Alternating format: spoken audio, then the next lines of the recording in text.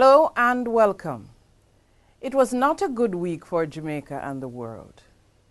Jamaica's ambitious plan to appear at another World Cup final crashed from a nightmare in a thunderstorm to diarrhea with water lock-off. Since the draw in the first game of this round in Mexico, the dismal performances are not making sense. It was always going to be difficult to repeat France in 1998 for a myriad of reasons. Chief among them, the overrated overseas players donning the Jamaican colors. Also, the strategy of the Jamaican officials makes no sense when you need to win your matches.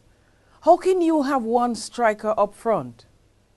Well, good thing the dream is a nightmare, because that 700 million that Captain Horace Burrell said would be needed for Rio, in my considered judgment, should be used on more productive things. Not at a time when we are in this precarious financial state, and God knows what benefit the country got from its qualification after France. A few private persons benefited, but Jamaica didn't get much. A number of coaches have been fired since France in 1998.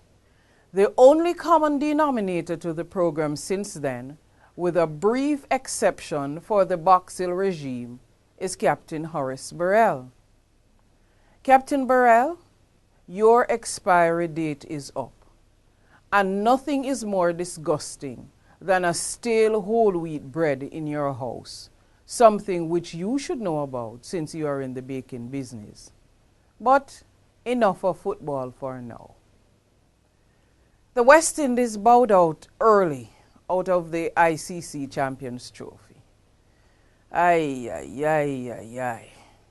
Less said about that is better, except another dream deferred.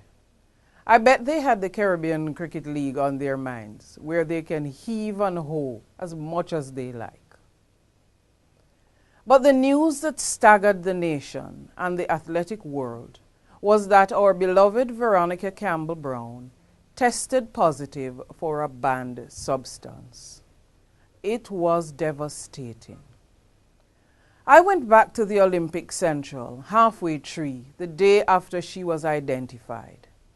I remembered the euphoria as the bus park intersection burst out into spontaneous celebration for another Jamaican win during the London Games.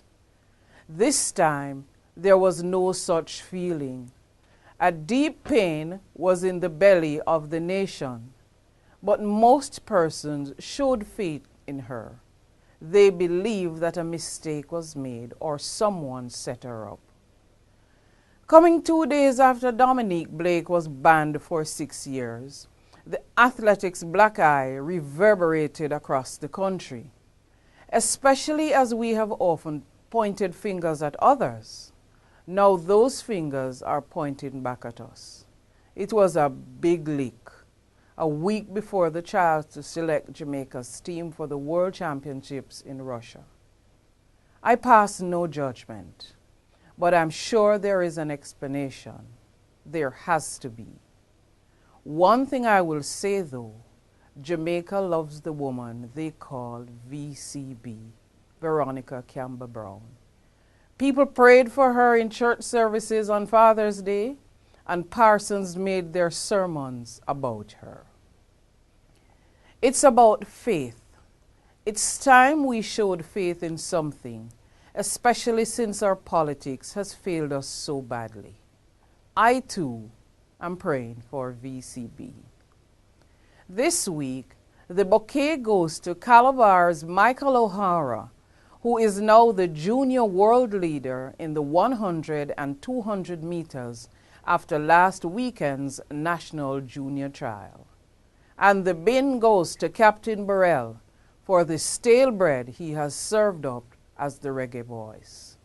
Until next week, stay close to the edge.